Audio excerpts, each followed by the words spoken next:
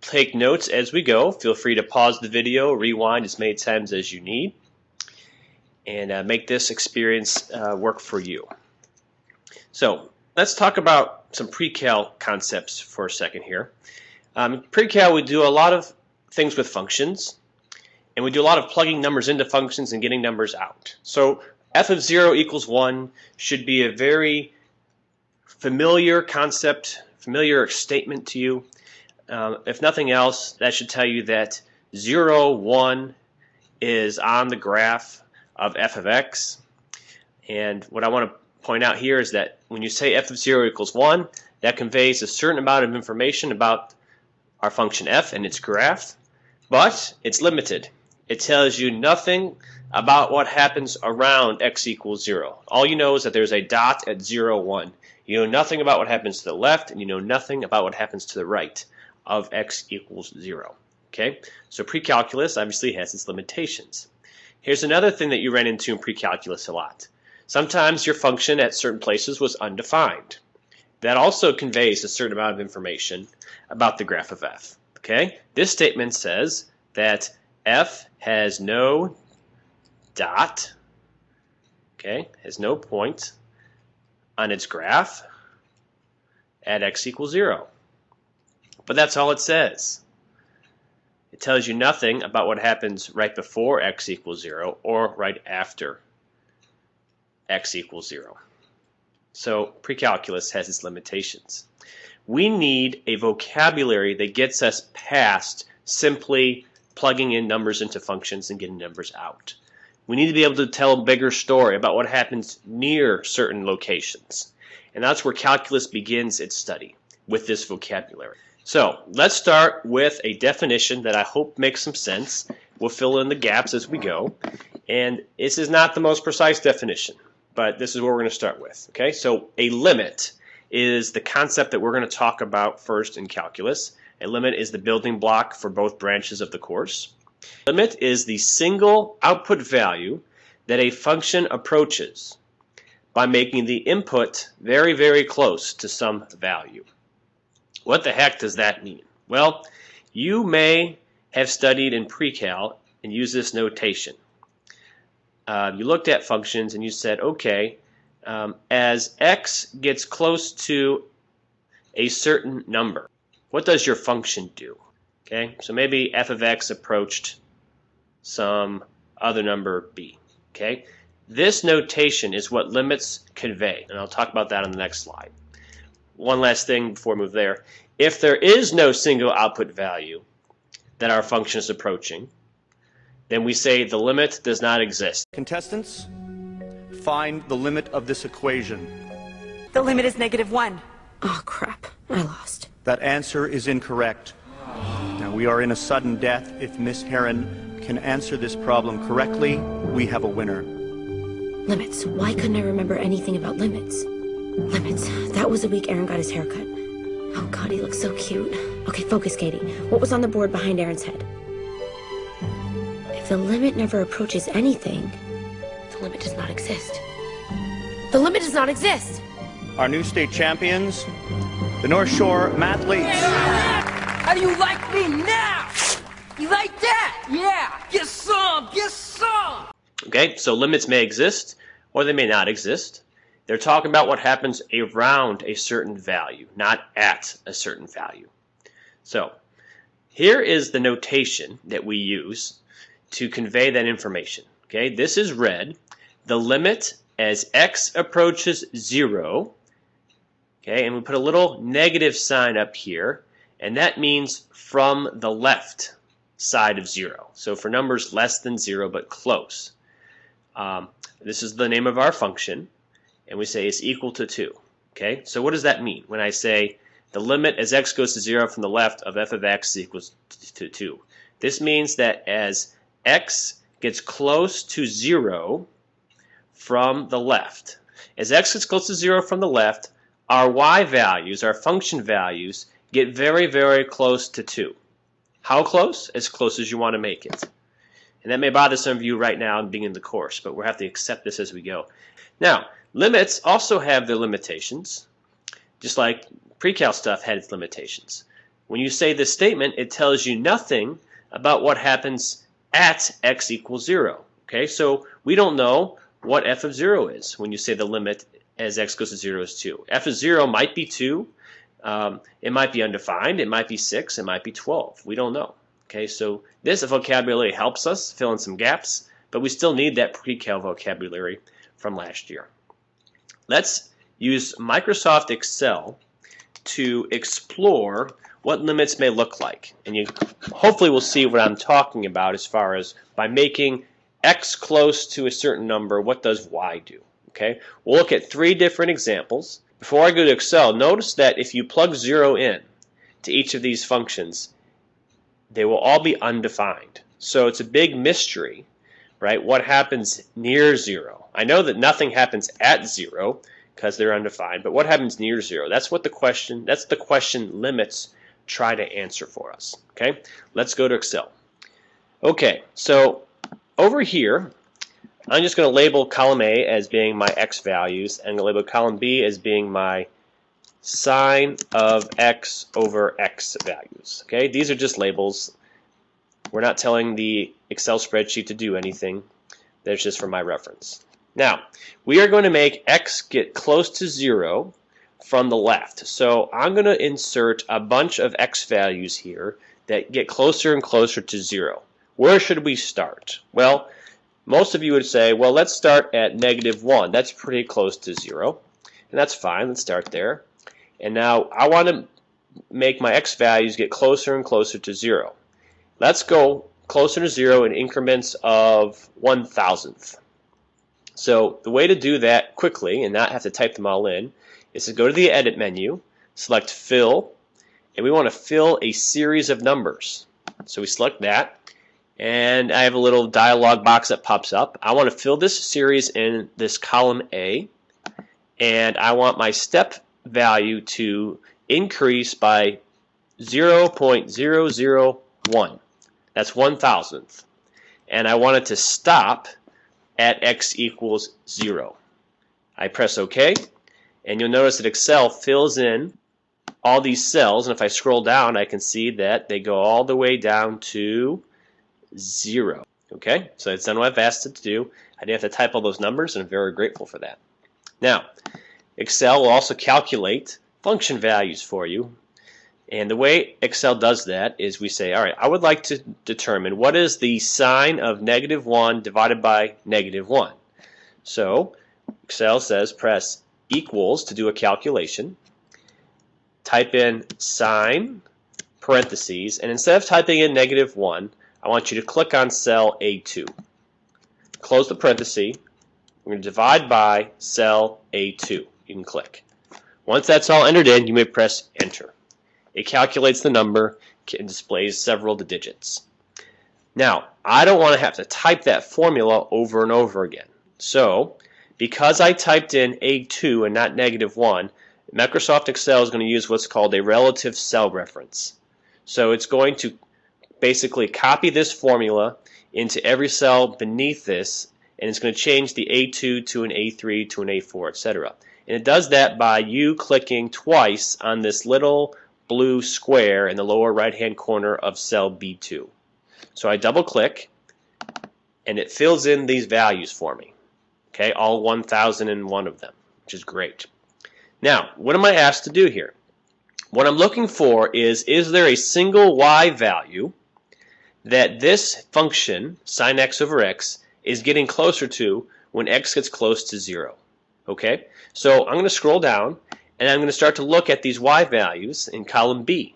Do they start to get close to some single value? Right now they're at 0.8, 0.89, here's 0.90. Okay, my x values are getting closer to 0, and I want to scroll pretty much all the way down to where x was close to 0, and I want to notice whether or not these y values are starting to center around one single value. And as I do that, I start to see 0.99, 0.998, 0.999, and I am pretty convinced when I get to the bottom here that the closer I get to 0, the closer y or f of x gets to the number 1. Okay, I see 0.999999983. Okay, that's pretty darn close to 1, and I'm pretty convinced that if I got closer, 0 for x, then the y's will get close to 1. Obviously at 0 we have undefined because we're dividing by 0. So if I return to my notebook here, based on what I see in Microsoft Excel, I would say that this limit, the limit as x goes to 0 of sin x over x, comes out to be 1. Now, let's explore this next limit. The second limit is the limit as x goes to 0 from the left of 1 over x squared. Since I'm still approaching 0 from the left, I'm going to leave my column A alone, but I need to change my column B. So the label is going to be 1 over x squared, and I need to change the formula that's in column B, starting with cell B2. So I'm going to say, make the calculation equals 1 over, okay, parentheses. I'm going to click on cell A2, close the parentheses, and raise that with a caret to the second power. Hit enter, and it performs the calculation, and it's correct because 1 over quantity negative 1 squared is 1. I need to fill this formula down in all the cells, so I click twice on the little blue box. Okay, so now we need to do the same thing. When x gets close to 0, what do these numbers start to do? Is there a single number they approach? If so, that's the limit. If not, then we say the limit does not exist. Alright, so I'm scrolling. I see 1.7, I see 1.8, I see 1.9, I see 2, I'm in the 2s, I'm getting the 3s, I keep scrolling, I'm in the 4s, I'm in the 5s, I'm in the 6s, I'm in the 7s, I'm in the 8s, I'm in the 9s, I'm in the 10s. This is starting to grow faster and faster the closer I get to 0. 14s, 18s, 20s, 23, 29. Okay, and I'm getting closer to 0. These numbers are starting to get large pretty fast now. Okay, and I'll just show you the final couple lines here. Look at this. Negative 0.008, I'm at 15,000. Negative 006, I'm at 27,000. And the closer I get to 0, these numbers are starting to get very large. Okay, is there a single y value that we're getting close to when x is close to 0? In this case, the answer is no, there is not. So what do we say about this limit? The limit as x goes to 0 from the left of 1 over x squared. Well, the previous slide said when there is no y value, we say the limit does not exist. We abbreviate that with DNE, does not exist. We don't say limits are undefined like we did in pre-cal. Limits are either numbers or they don't exist. Another alternative for you, to be a little bit more descriptive, is to say that this limit approaches positive infinity, okay? Which means it gets as large as you want it to be without any bounds, okay? The limit still doesn't exist, but to be descriptive, this says that the values of the function get very large. All right, let's take a look at one more. The last function to investigate is the sine of 1 over x.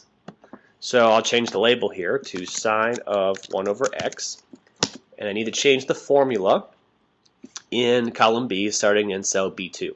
So I say equals the sine of 1 over, click on cell A2, close the parenthesis, press enter, and fill this down to all the cells.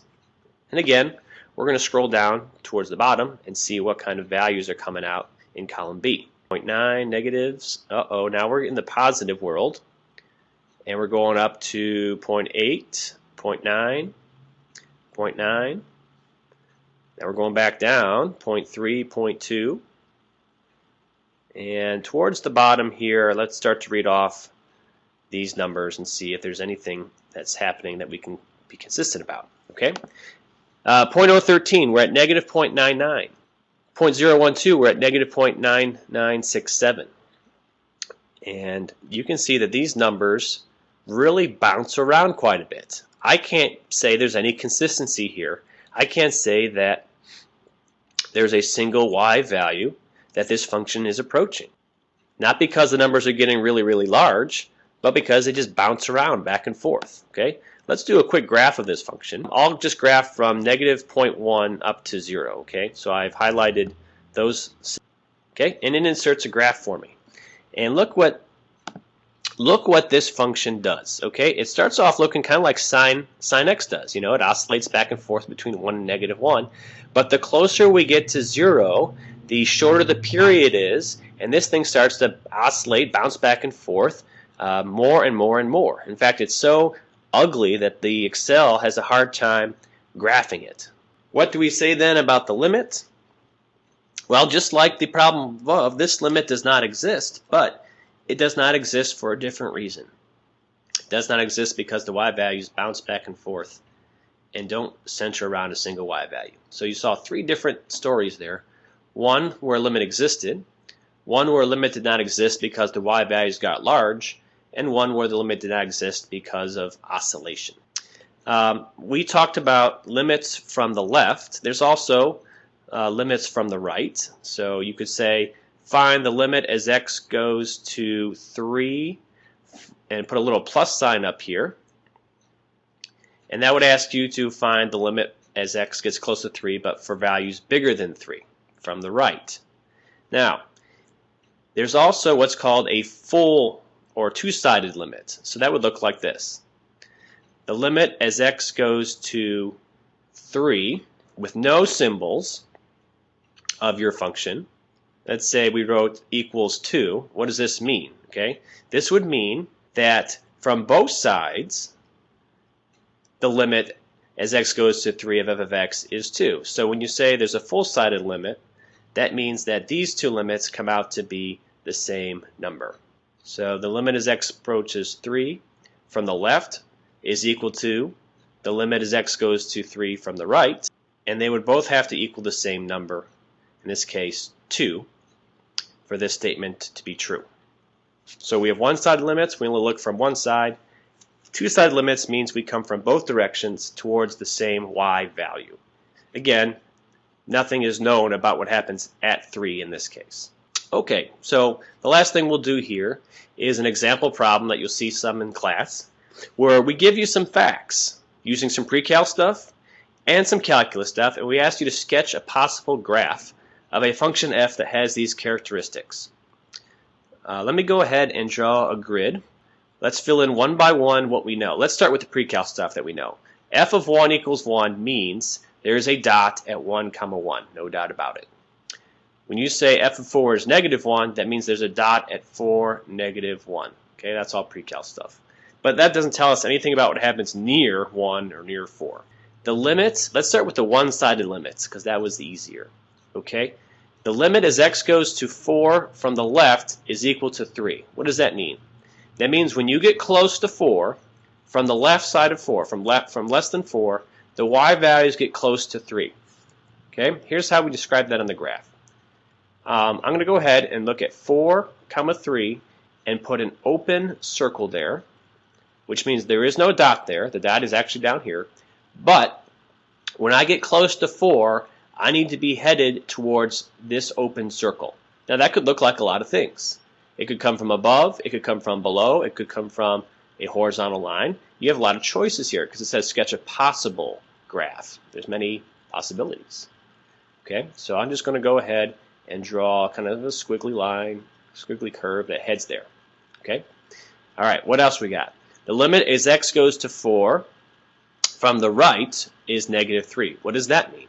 That means when x gets close to 4 but bigger than 4, the y's get close to -3. So I'm going to start by plotting an open circle at 4, -3. Okay, the dot is actually up here at 4, -1. But this describes the fact that f gets close to -3 when x gets close to 4.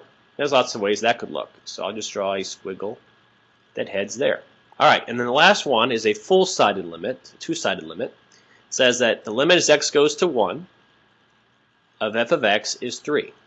What does that mean? That means when x is close to 1 from both sides, the y is close to 3. So at 1, 3, I'll plot an open circle, and from both sides, I need to be headed towards that circle. So it's up to me, but I could take this squiggle and complete it by making a head towards 1, 3, and then I can do whatever I want on the left side as long as it heads there, and as long as my graph is still a function. Okay, remember your functions graph has to pass a vertical line test. So that's a possible graph that satisfies these 5 criteria. There are many others as well.